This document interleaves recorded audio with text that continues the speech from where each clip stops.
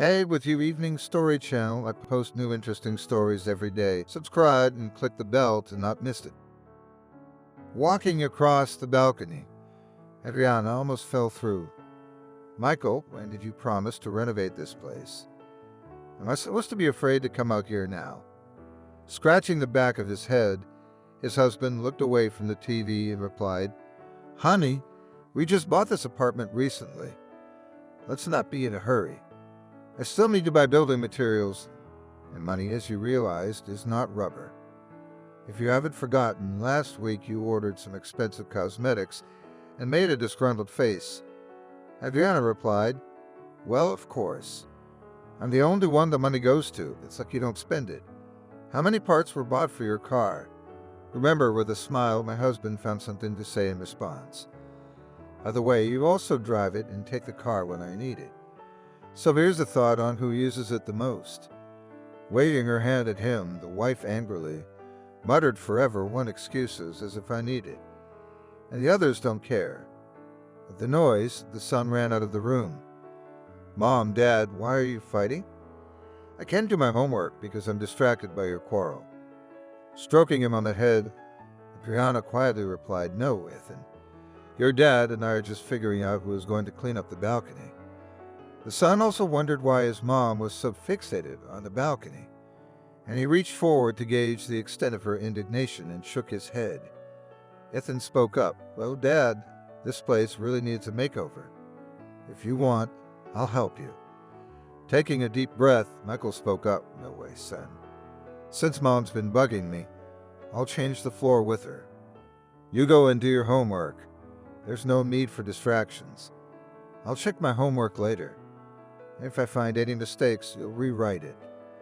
The son bowed his head sadly and went back into the room. Looking at her husband, Adriana wagged her finger at him. Stop brainwashing him. He's doing well in school as it is. Remember yourself, how much time did you spend in class? You can't argue with that. Michael, I haven't forgotten how they skipped classes at school and forgot their diaries at home. I have a lot of other things. It's embarrassing. But those were different times and studying was easy.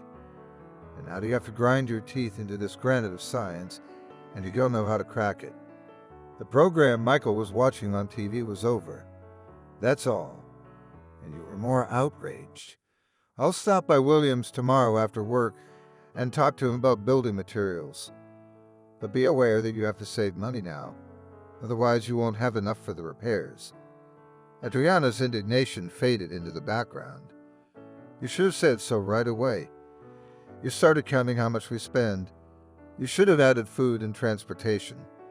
You're an arithmetician. Well, go to Ethan's and ask him to dinner. You're giving him a hard time like you're trying to raise a child prodigy. And if you check his homework, don't get mad if he gets it wrong. He'll fix it later. Michael, don't you know that nowadays knowledge is not what it used to be? In our time, higher education was valued, but now it is useless. Michael did not argue with this, because his wife was right to a certain extent and was not lying. Michael looked into his son's room and asked, Well, Ethan is there. Do you want to wash your hands and go to the table? Then you will finish your lessons, and that do not pay attention to the fact that I grumble. I've had my parents nagging me sometimes in my day, but your father grew up to be a responsible and dedicated man. I want the same future for you. Nodding in response, the son said, I understand, Dad. Can you not worry about your studies? I have everything in order. At the table, they did not discuss their son's successes anymore, but the repair on the balcony was a hot topic. Adriana didn't seem to be backing down. Don't forget to ask about the materials tomorrow. Please, Michael, don't take too long. I have to use the balcony. I'm already afraid I'll break my leg. We should have checked it out when we bought this place in the first place. Oh, you were in a hurry. You thought it couldn't get any better. That ironic smile threw Michael off balance a little. I think I'll go to the garage to get a break from your whining. Adriana didn't take offense at that and only jokingly said, Come on, you'll run back in half an hour anyway. She knew her husband well, and if she said that his trip to the garage would not last long, it was so. Michael, in turn, remained silent and left the apartment in a thoughtful state. But this time he wasn't going to dig around in the garage alone, dialing Liam's number. Michael shouted directly into the receiver to get ready and run to my place. It's the only place where I feel completely free. An hour later, Michael was no longer suffering alone. He doesn't know what to do first. She doesn't know what to do first and then what to do later. I don't know how to get along with her. Everything was fine before. But as soon as we bought the apartment, it's like she's been replaced. What do you think, Liam? I need to get ready. He looked him straight in the eye and said, "Oh, come on, it's just your nerves. I'm always on pins and needles when we're renovating. It's never gone smoothly. Take my wife. Your Adriana wasn't even close to her. But you're still lucky." Michael smirked back. "Thanks for the help. I thought you'd be supportive." "Well, it's not about that now. Tell me where to get cheaper building materials. I told Adriana I'd try William, but you know he's greedy as a pig." Liam scratched his nose and said, "I think there is one option. My father-in-law is a construction foreman. We can get you anything you want through him." Michael took the hint and pulled a wallet out of his pocket. "How much do you need?" "I'm not like William." "You be sure of that."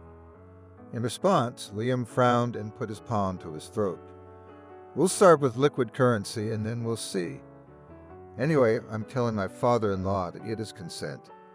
We'll settle up later if you don't forget." Michael shook his hand firmly and immediately pulled out of a secret drawer a glass container filled with red liquid. "This kind of lamb will do. It's not that you're high quality, I guarantee it." However, Liam did not take his word for it, and before taking a drink, he sniffed the contents a few times. "Oh, good aroma. I hope the taste is not worse." Filling the glass halfway, he drained it in a gulp. Michael, ready for such a turn, immediately slipped a small salted cucumber. "What are you doing?" "It's as strong as a fiery furnace." Liam took a bite and said, "I appreciate the quality. I haven't tasted the best yet.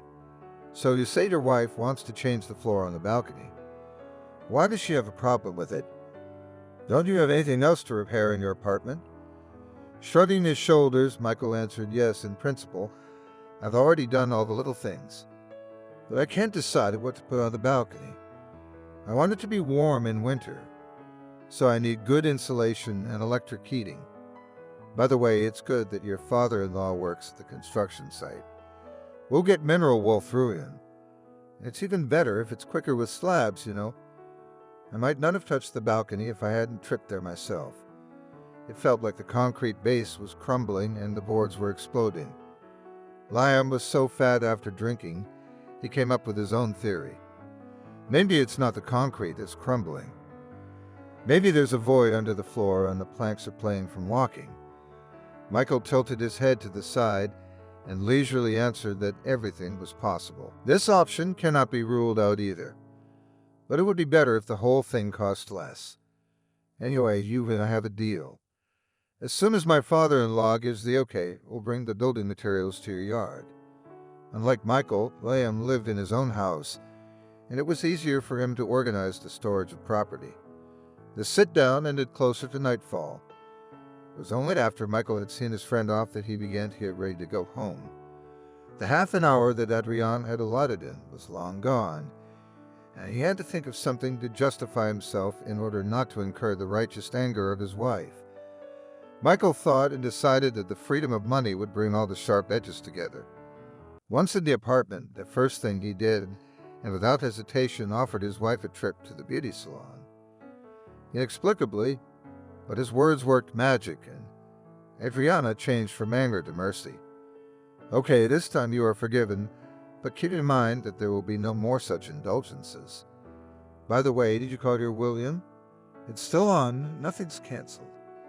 Michael gathered his will in his fist not to speak out. "Of course, darling, I've made up my mind. The day after tomorrow, I'll start dismantling this old floor and you'll help me." Adriana was so happy that she forgave her husband, not only for going to the garage, but also for the smell of excessive feasting. What can be said? But women know how to keep peace and tranquility in the family. And if somewhere there's a storm or thunderstorm, they are no worse than forecasters. Suddenly, they promised perfect weather. That night, Michael was completely rehabilitated. But in the morning, like a bee, he went to work without even having breakfast. Waving goodbye to him, Adriana said quietly, "That's all right. I'll get more." Michael was lucky. A day later, Liam's father-in-law allowed them to take the materials from the warehouse. But suddenly, he turned out to be such a petty man that he took some for himself, and that everything will be useful not now, but later I'll use it somewhere else. What are you looking at, bro? It's the economy. Don't hesitate. Who knows, maybe we need to build a gazebo or expand the house. And my father-in-law works on a construction site today, and tomorrow he's gone and the shop stops. That's what he says. And Michael couldn't but agree with him. He told his wife that the renovation would start soon. He called his boss and asked for 2 days off.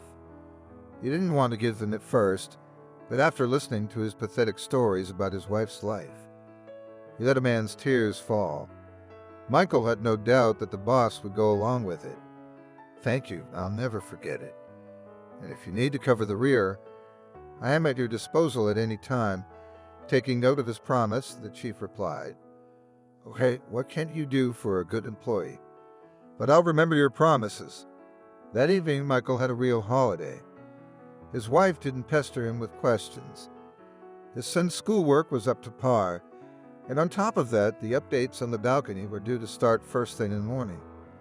Inspired by the fact that he had organized everything, so technically, Michael again allowed himself a little drink, but he was wary of large doses, fearing that his wife would not approve. Adriana, however, was surprisingly supportive of his antics. At the same time, she was strict about making sure that her husband did not overstep his bounds. The next day, the first ray of sunlight was just coming through the window, and Liam was already honking outside the house. He had brought the boards and the rest of the building materials. "Hurry up, or I'll take it back. As you know, I need everything. And here's the thing. If you need my help, you can count on it. Not all day, though. I have to go to my father-in-law and mother-in-law's country house. They're going to redo the roof on the tower. You're not the only one with work to do. They've got a lot on their plate, too. Well, you know what I mean." Slowly, they moved some of the boards to the entrance. As for the balcony, I couldn't think of anything to hide there. Later, it turned out that one of the old friends of the antique dealer decided to get rich at the expense of his collection. During the repair of the apartment, she secretly stole from the collection of Lev Sergeyevich all that managed to take and safely hidden in a box, which placed on the balcony covered with boards. The thief made sure that the cash did not fall into the eyes of the builders. And having made sure that it was completely safe, she prepared evidence of the theft among the workers. She managed to cover her tracks, and on the turn of the theft was the apartment of the antique dealer. But by the way, the insidious plans of the thief to come true did not happen, because in her life happened unforeseen circumstances. Inspecting the initial repair, the antique dealer promised to fully compensate for it. Not only that, paid for tickets to the sea for the whole family. As they say, someone else's good has not yet brought happiness to anyone. Adriana and Michael decided that this would be fair. After all, they still at least something were received. After these events, on a wave of emotion, his wife suggested to renovate the whole apartment, but Michael understood her plan and at the root cut off any attempts to find any more treasure. He realized that there were no more hiding places in the apartment, and if he didn't stop now, he could get to hell. The repairs on the balcony were soon completed.